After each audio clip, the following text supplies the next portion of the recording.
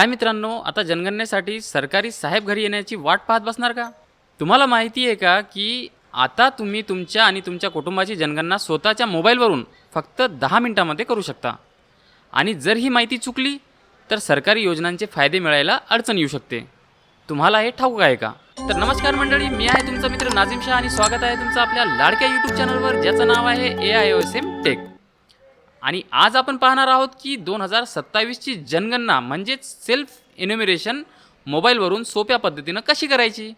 विषय लई कामाचा आहे, त्यामुळे व्हिडिओ आत्ताच लाईक करा आणि चॅनलला सबस्क्राईब करायला विसरू नका. बघा भावांनो, आता जमाना बदललाय. सरकारनं आपल्याला अधिकार दिलाय की आपली माहिती आपणच भरायची. तर बघा कसं करायचं ते. मित्रांनो, सगळ्यात आधी आपल्याला जनगणनेच्या अधिकृत पोर्टलवर जायचे, ज्याची लिंक मी तुम्हाला डिस्क्रिप्शनमध्ये दिलेली आहे.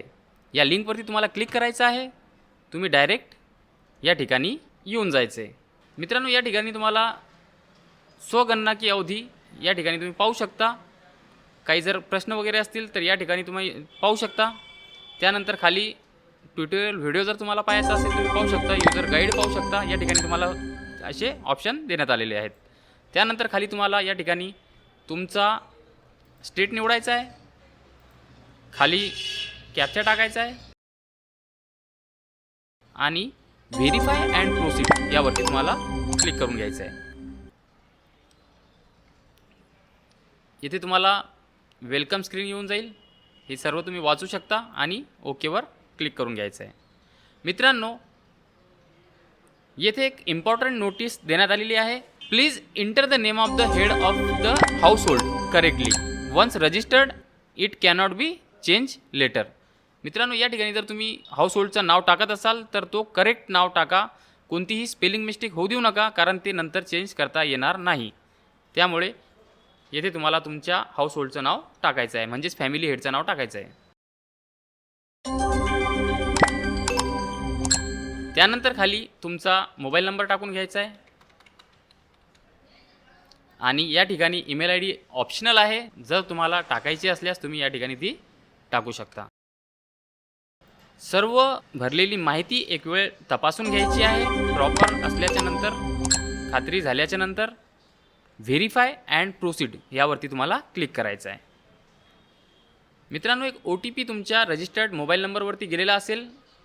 तो OTP तुम्हाला या ठिकाणी टाकायचा आहे आणि या ठिकाणाहून तुम्हाला ज्या लँग्वेजमध्ये फॉर्म भरायचा आहे, इंग्लिश, हिंदी, बांगला, जे काही तुम्हाला भरायचं आहे त्यामध्ये तुम्ही ती लँग्वेज तुम्ही सिलेक्ट करू शकता आणि व्हेरीफाय OTP यावरती तुम्हाला क्लिक करून घ्यायचं आहे.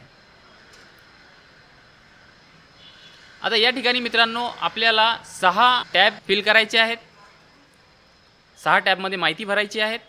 स्थानिक तपशील, गणना घराचा तपशील, सर्वसाधारण माहिती, सुविधा, मालमत्ता आणि पूर्वावलोकन व पुष्टी हे आपल्याला या ठिकाणी भरायचं आहे. तर बाय डिफॉल्ट या ठिकाणी महाराष्ट्र आलेला आहे. तुम्हाला या ठिकाणी तुमचा जिल्हा सिलेक्ट करायचा आहे आणि येथे तुमचा पिनकोड टाकून घ्यायचा आहे. मित्रांनो, तुम्हाला तुमचा प्रॉपर ॲड्रेस या ठिकाणी टाकायचा आहे.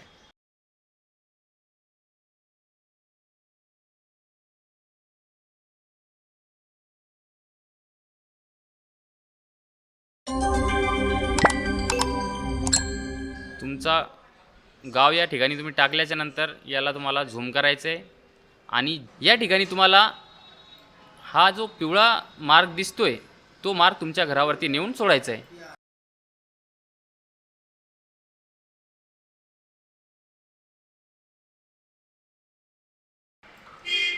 एक्झॅक्ट तुमच्या घरावरती तुम्हाला ते मार्क ठेवायचं आहे आणि स्थानाची पुष्टी करा यावरती क्लिक करायचं आहे. मित्रांनो, हा फॉर्म तुम्ही घरबसल्या तुमच्या मोबाईलवरून, कॉम्प्युटर, लॅपटॉपवरून भरू शकता. त्यामुळे असं गरजेचं नाही आहे की लॅपटॉपच तुम्हाला पाहिजे किंवा कॉम्प्युटर पाहिजे. तुम्ही तुमच्या मोबाईलवरून ही प्रोसेस पूर्ण करू शकता. त्यानंतर खाली स्क्रॉल करायचं आहे, जतन करा आणि पुढे जा यावरती तुम्हाला क्लिक करायचं आहे. आता या ठिकाणी तुम्हाला स्थानाची पुष्टी करा हा एक डायलॉग आलेला आहे. राज्य महाराष्ट्र, जिल्हा बुलढाणा, या ठिकाणी तुमचं लॅटिट्यूड लॉंगिट्यूड आलेलं आहे.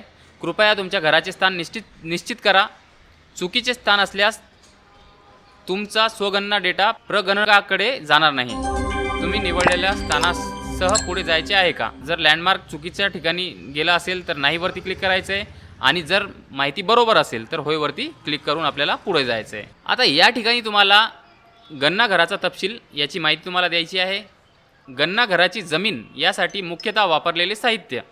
तर या ठिकाणी मित्रांनो तुम्हाला तुमचा जो घर आहे तो मातीचा आहे की लाकूड बांबूचा आहे, पक्का विटा आहे, दगड आहे, सिमेंट आहे, जो काही असेल या ठिकाणी तुम्हाला त्यावरती क्लिक करायचं आहे आणि मग थोडा स्क्रॉल करायचा आहे. खाली गणना घराची भिंत यासाठी मुख्यतः वापरलेले साहित्य म्हणजेच तुमची जी भिंत आहे ती कशाची आहे? गवत, वाळवलेले गवत, प्लॅस्टिक, पॉलिथिन, माती किंवा कच्च्या विटा, लाकूड, दगड, सिमेंट किंवा मातीने जोडलेले, दगड, सिमेंट, मातीने जोडलेले, पक्क्या विटा किंवा कॉन्क्रीट, जे काही तुमचं या ठिकाणी असेल ते तुम्ही घेऊ शकता.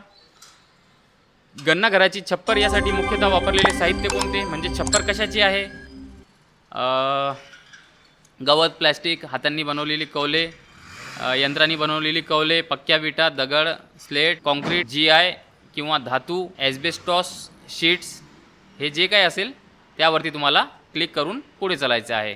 गणना घराची स्थिती चांगली आहे, राहण्यास योग्य आहे किंवा मोडकलीस आलेले यापैकी तुम्हाला तुमचा पर्याय निवडून सर्व माहिती पाहून घ्यायची आहे आणि खाली जतन करा आणि पुढे जा यावरती तुम्हाला क्लिक करायचं आहे. त्यानंतर पुष्टी करा तुम्हाला नक्की पुढे जायचे आहे का, तर होयवरती क्लिक करून घ्यायचं आहे. मित्रांनो आता आपण या ठिकाणी पाहू शकता या कुटुंबात सामान्यतः निवास करणाऱ्या व्यक्तींची एकूण संख्या किती आहे. तर या ठिकाणी ती संख्या तुम्हाला टाकून घ्यायची आहे. तुमच्या घरामध्ये एकूण व्यक्तीची जी संख्या असेल ती संख्या या ठिकाणी तुम्हाला टाकायची आहे. कुटुंब प्रमुखाचे नाव, निवडलेली भाषा,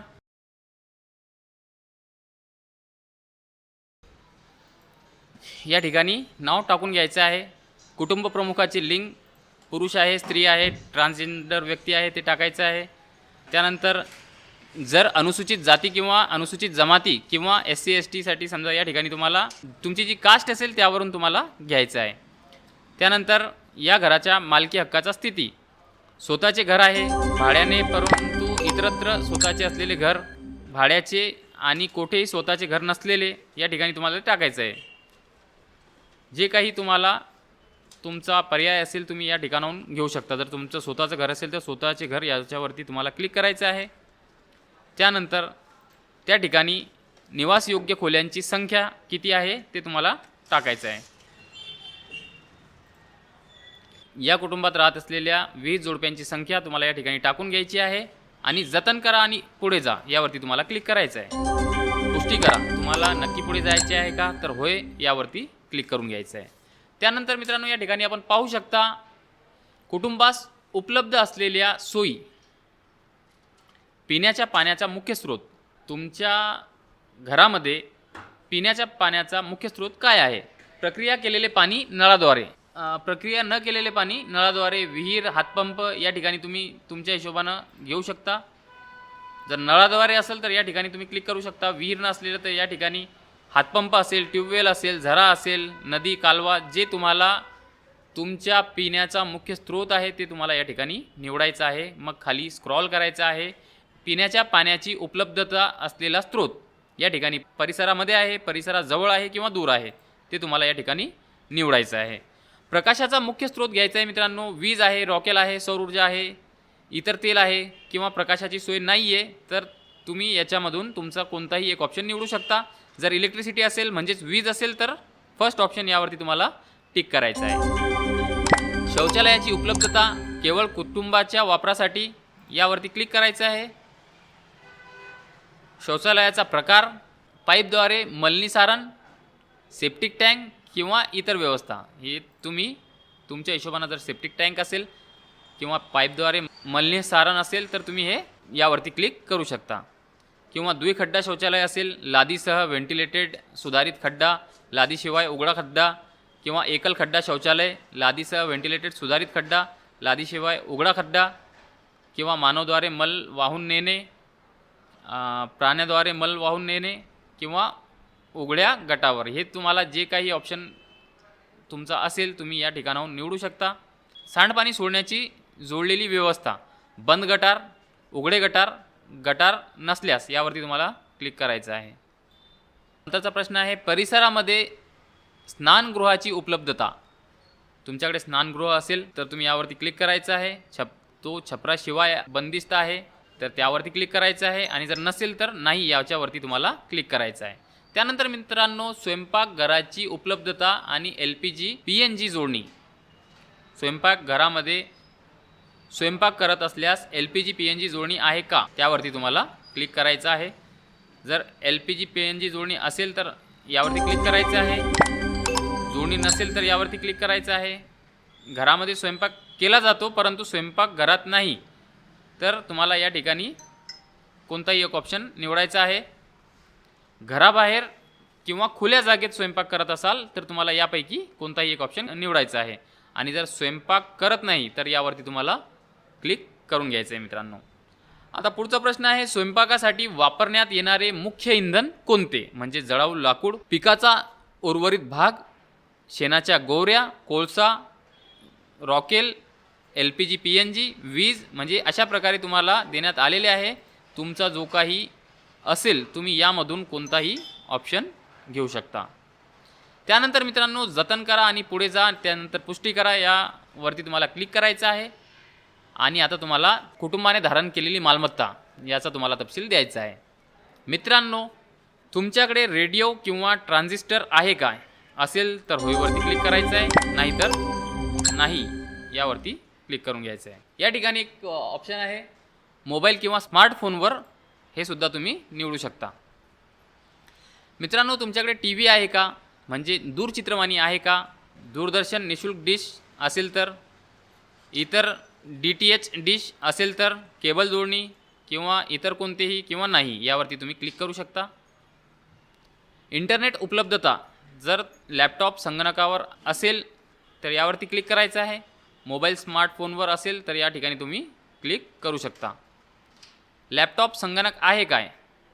तर होय, जर तुमच्याकडे लॅपटॉप किंवा संगणक असेल तर होयवरती क्लिक करायचं आहे, अन्यथा नाहीवरती क्लिक करायचं आहे. मित्रांनो, दूरध्वनी, मोबाईल फोन, स्मार्टफोन तुमच्याकडे असेल तर फक्त लँडलाईनला, फक्त मोबाईल यावरती तुम्ही क्लिक करू शकता. जर दोन्ही असतील तर यावरती क्लिक करून घ्यायचं आहे.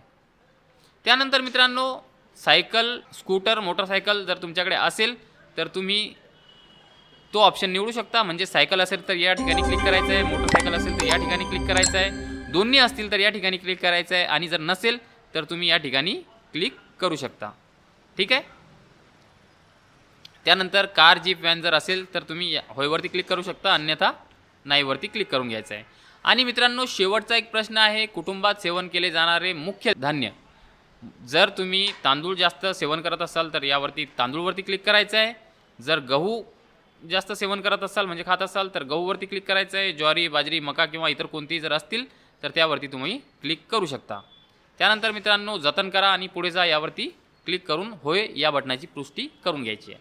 आता मित्रांनो, पूर्वावलोकन म्हणजेच तुम्हाला प्रिव्ह्यू दाखवण्यात आलेला आहे. सर्व माहिती प्रॉपर आहे का हे तुम्ही तपासून घ्यायचं आहे. सर्व माहिती तपासून घेतल्याच्या नंतर या ठिकाणी जर काही दुरुस्ती करायची असेल तर तुम्ही संपादित करण्यासाठी मागे जाऊ शकता. आणि जर जतन म्हणजे ड्राफ्टमध्ये सेव्ह करायचं असेल तर तुम्ही या ठिकाणी क्लिक करून ड्राफ्टमध्ये सेव्ह करू शकता. आणि जर सर्व माहिती बरोबर असेल तर तुम्ही पुष्टी करा आणि सादर करा यावरती क्लिक करू शकता. त्यानंतर मित्रांनो, एक तुम्हाला अंतिम इंटिमेशन देण्यात आलेली आहे. अंतिम सबमिशन नंतर सबमिट केलेल्या डेटामध्ये कोणताही बदल शक्य होणार नाही. तुम्हाला नक्की पुढे जायचं आहे का? मित्रांनो, एक वेळ संपूर्ण माहिती तुम्हाला तपासून घ्यायची आहे. जर माहिती प्रॉपर असेल तरच तुम्ही होयवरती क्लिक करा, अन्यथा नाहीवरती क्लिक करून माहिती दुरुस्ती करू शकता. माझी या ठिकाणी प्रॉपर माहिती आहे त्यामुळे मी होयवरती क्लिक करणार आहे. मित्रांनो, माहिती समजते ना? जर काही अडचण येत असेल तर कमेंटमध्ये विचारा. आणि चॅनलला अजून सबस्क्राईब केलं नसेल तर खाली लाल बटन दाबून आत्ताच सबस्क्राईब करा. सेल्फ इन्युमरेशनचे फायदे, याचा सगळ्यात मोठा फायदा म्हणजे तुमची माहिती एकदम बरोबर भरली जाते. कुणीतरी बाहेरचा माणूस येऊन काहीतरी चुकीचं लिहायचं ही भीती आपल्या मनामध्ये राहत नाही. या ठिकाणी मित्रांनो, आपला अर्ज यशस्वीरित्या सबमिट झालेला आहे. तुम्हाला या ठिकाणी SEID देण्यात आलेली आहे. तुमचा HLO पूर्ण करण्यासाठी तुम्हाला ही स्वगणना ID सोबत शेअर करण्याची विनंती आहे. जर तसे झाले नाही तर प्रगणकाकडून नवीन गणनेची आवश्यकता असू शकते. मित्रांनो, तुमच्या घरी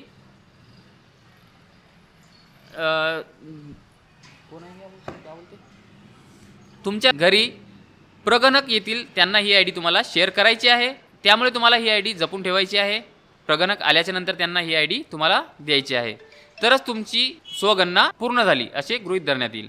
नाहीतर मित्रांनो त्यांना परत तुमची स्वगणना करावी लागेल. तर मित्रांनो ही होती 2027च्या जनगणनेची सोपी प्रोसेस. घाई करू नका, व्यवस्थित माहिती भरा, कारण हीच माहिती पुढच्या 10 वर्षासाठी सरकारी दप्तरी असणार आहे. तुम्हाला काय वाटतं, ऑनलाईन जनगणना करणं सोपं आहे की जुनी पद्धतच बरी होती? तुमचं मत कमेंटमध्ये नक्की सांगा. हा व्हिडिओ आपल्या गावाकडच्या ग्रुपवर आणि मित्रांना नक्की शेअर करा. जय हिंद, जय महाराष्ट्र.